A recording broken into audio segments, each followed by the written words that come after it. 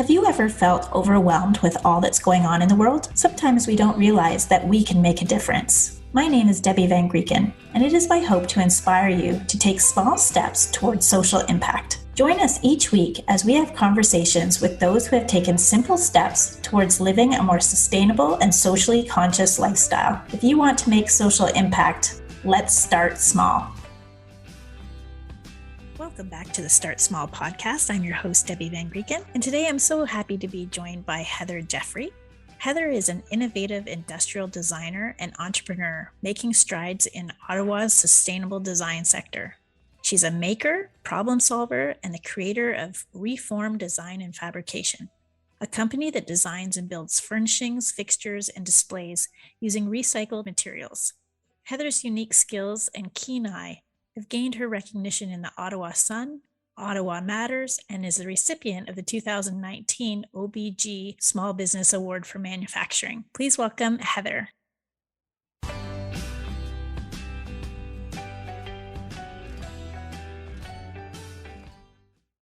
Hi, Heather. It's so great to have you with us today. Hey, Debbie.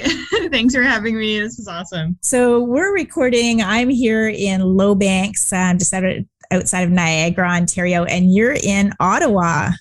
Yes, nice, snowy, cold Ottawa, but I'm sure Niagara's not far off from that. It's not far off. I was wondering because we actually are getting some snowflakes today. So we're taping this in December, just actually a few days before Christmas.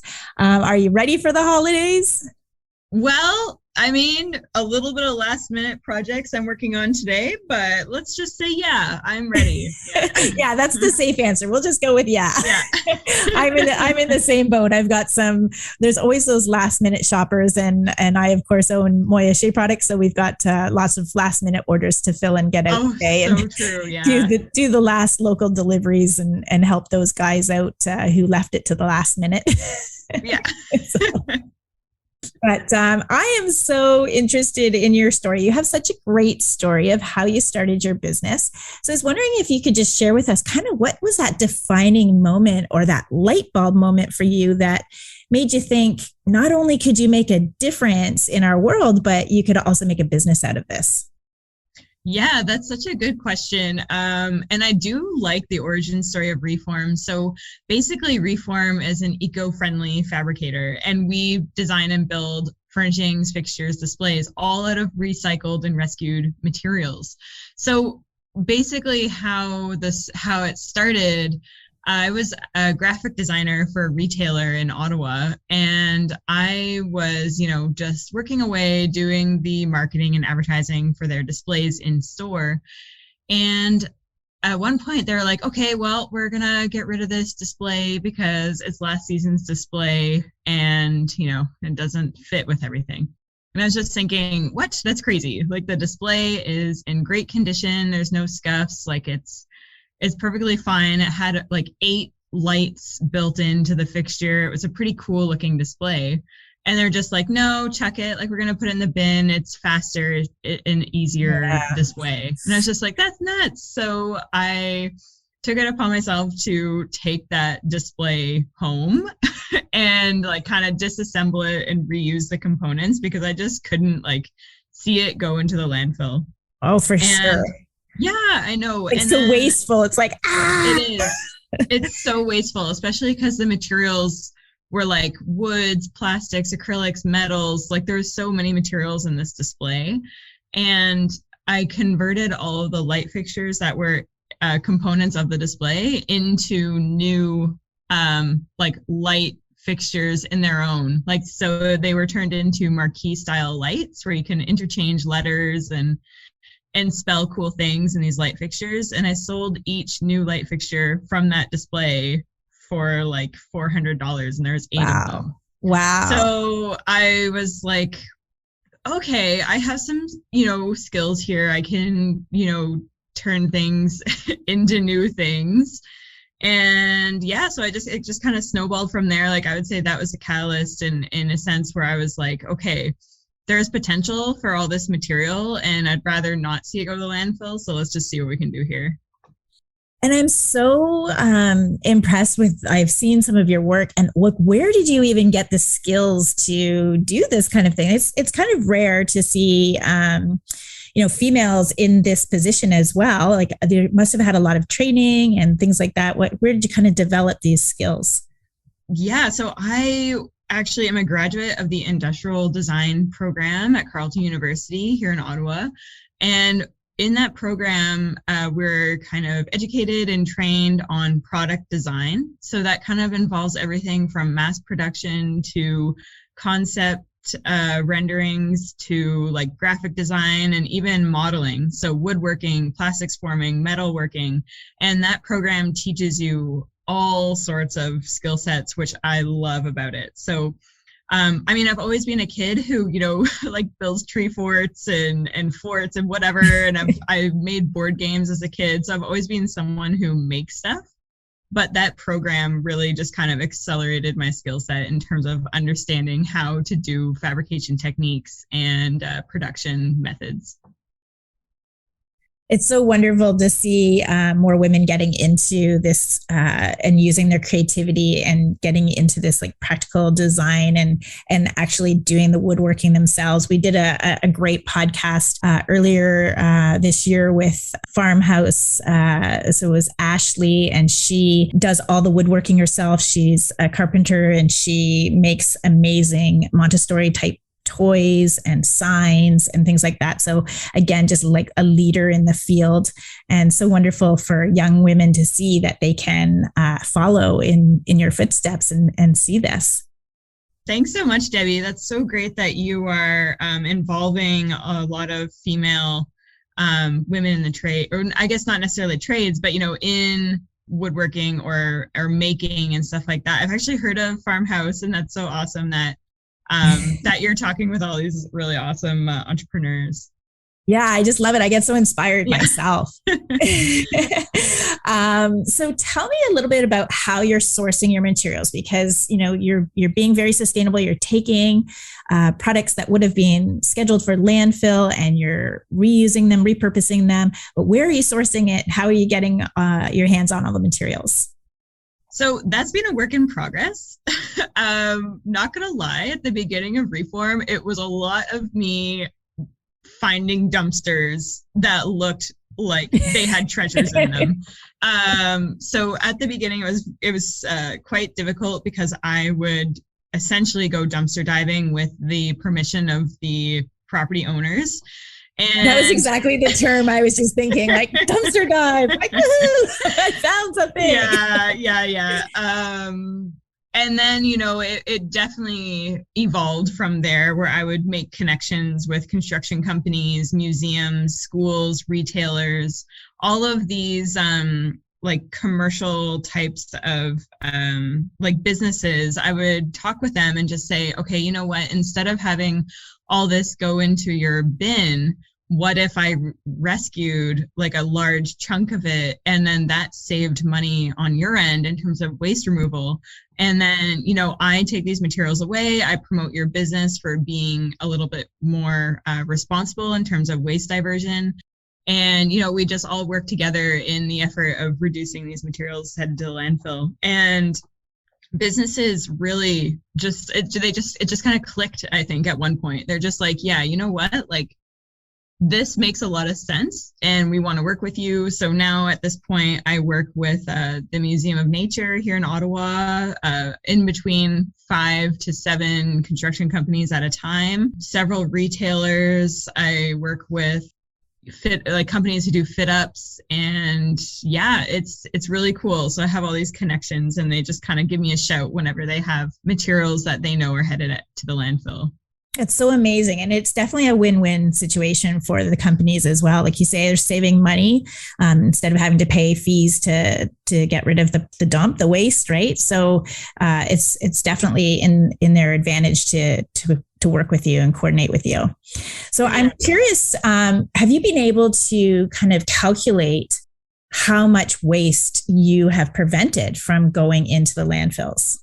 So we're trying to improve our weight estimation or calculation process a little bit more and try and refine that. So basically what we're doing right now is we're just kind of guessing. We're like, okay, this project feels like it definitely weighs over 200 pounds.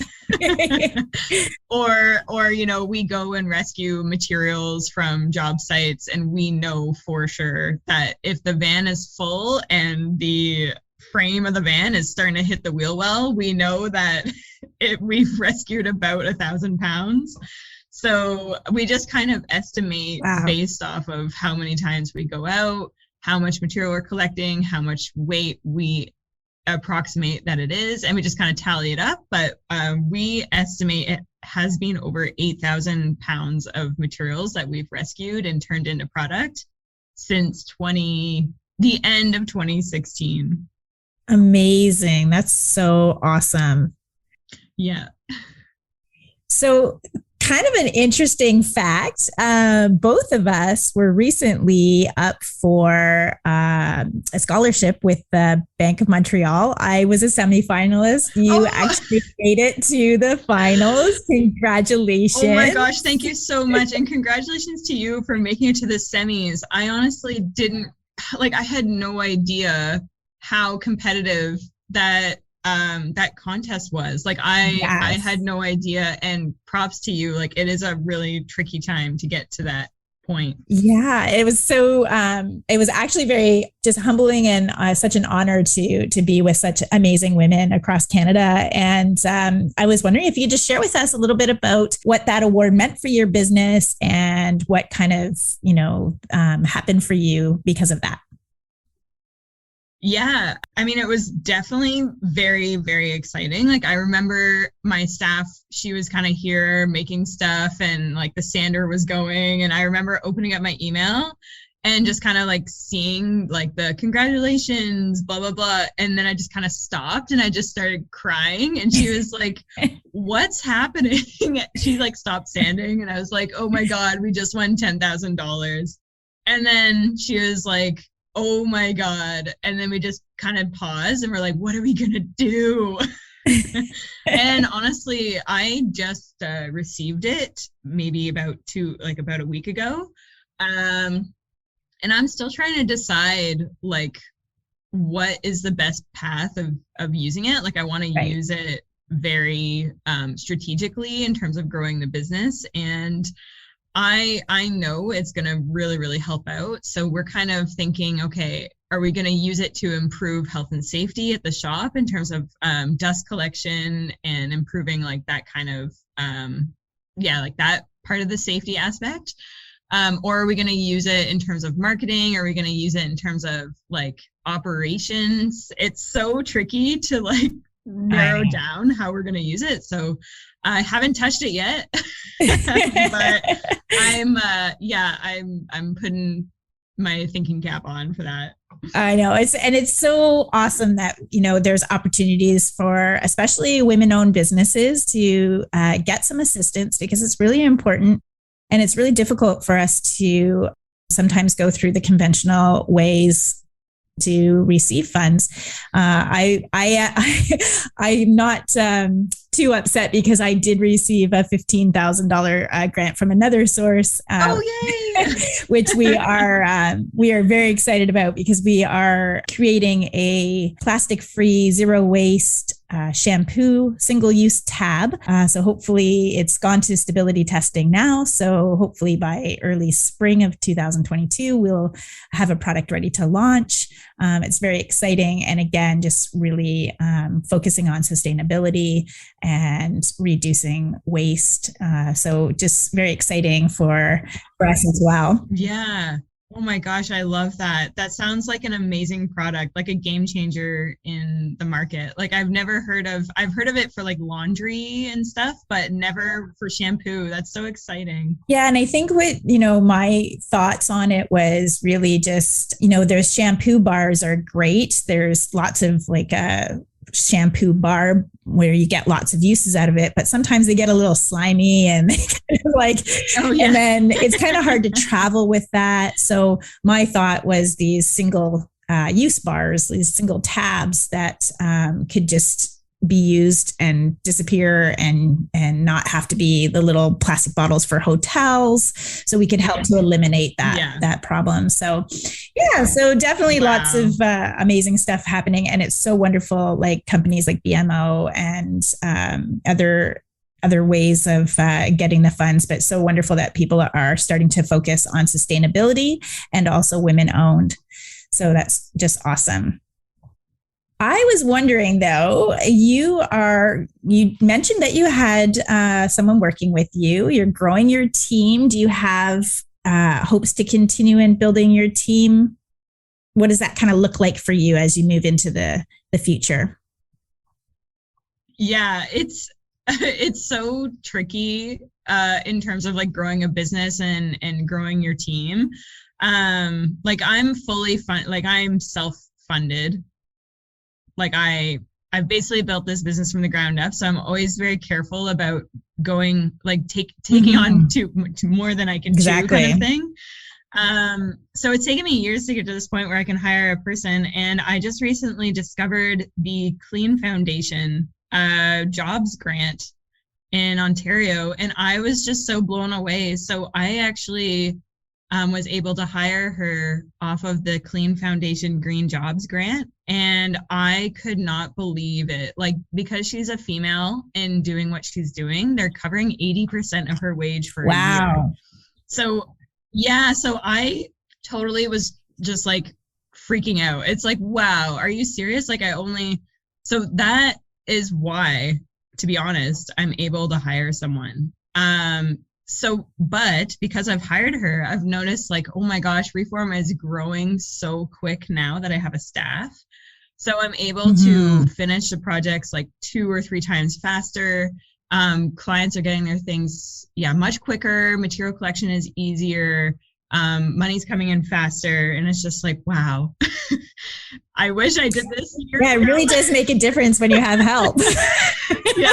I know. I mean, I'm into, 5 years into Moya and same thing, solopreneur. And it's incredible when I have been able to access some of the summer student grants, be able to get a summer student. And even for that summer student, just to take over some of my social media and things like that, to free me up to work on the business and the growth and the product development and things like that has been so monumental in moving me forward. But I'm going to make sure we have these links in the show notes for other entrepreneurs who are listening to us today, that they can access these as well, because that's one of the issues is it's not really well publicized, and you really kind of have to be talking and networking with other people to hear about these programs, because doesn't necessarily come through your line of vision easily. Yeah, I agree. Like the only reason I really found out, even how I found out about the BMO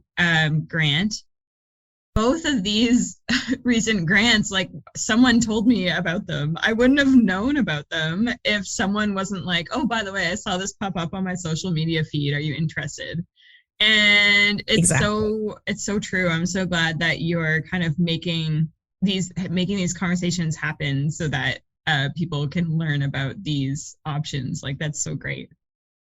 So I want to talk to you about your ideal project. What really makes you excited? Like, is there a specific project that you work on, or something you've done in the past that just really, you kind of sit back and go, oh, that just made my life so much worthwhile?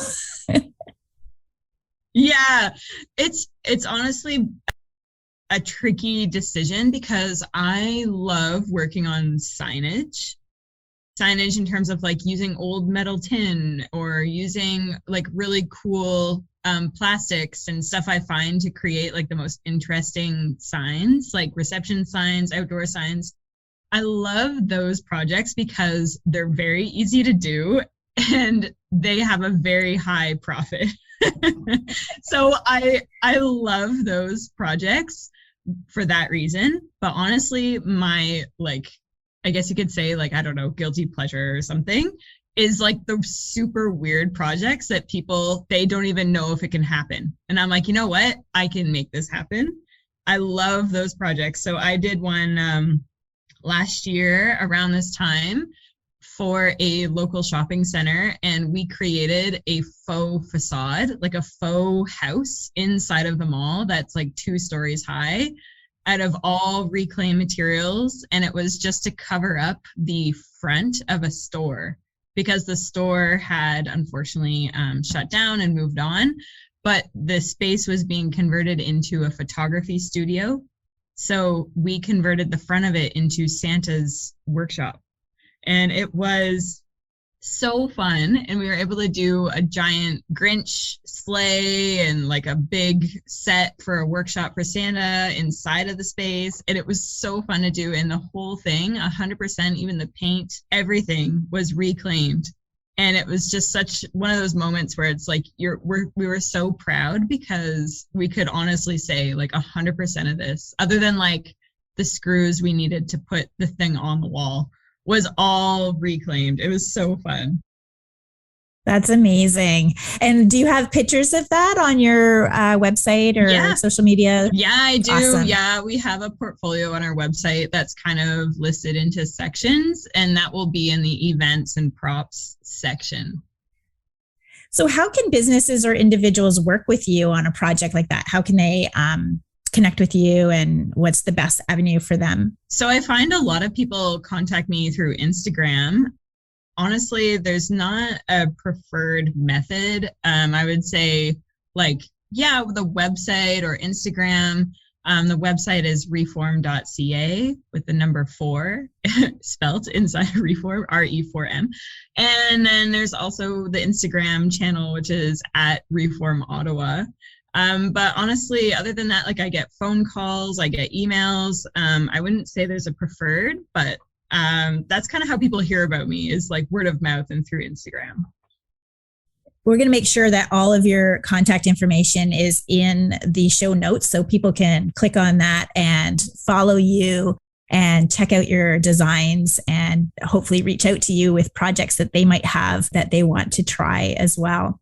So we're all about sustainability and taking small steps. And, I always talk about how sometimes these topics can be so overwhelming that it leads to inaction. So how can we break it down and take small steps to make a difference, whether that's, being more sustainable in our personal or our business life, whether it's buying fair trade products and slowly incorporating some of those practices into our own life. So I always like to ask our guests, what are some of the small steps that you took to make a positive impact on the environment in your personal life or professional life? That's a great question. And I'm going to tell you or warn you that this is a very small step, but it's the first thing that came to mind. And I'm a huge coffee lover. I love having definitely a cup when I wake up, maybe one during the day, maybe a decaf at night, depending on the day. So I actually have 2 coffee machines, one at the workshop and one at home, and they're Nespresso brand. So I know Nespresso does the recycling program with their pods, except I kind of wanted to take it a step further. So this is small, mind you, but I bought all reusable pods, Nespresso brand. So yeah, I put my own locally sourced coffee inside of the pods. And so there's no actual of those throwaway ones that are going on. So right. It's a small step, but I'm purchasing local coffee and I'm using those reusable pods and I feel good about it. And that's my one tip of the day. That's awesome. Yeah, it's so great. And coffee is a big thing in our household because I don't even drink coffee, but I have 5 sons and a husband, and they all drink coffee.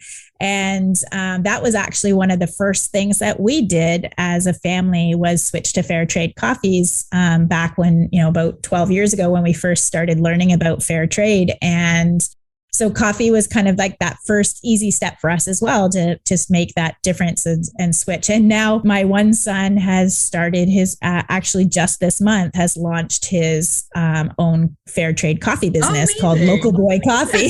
So we'll be interviewing him in an upcoming podcast soon too, because he's importing Ethiopian fair trade coffee beans and then doing all the roasting himself. So, and then we took another little step further. When you are doing those little pods and your coffee, you get your coffee or you're making coffee, you can actually take your coffee grinds and you can compost them.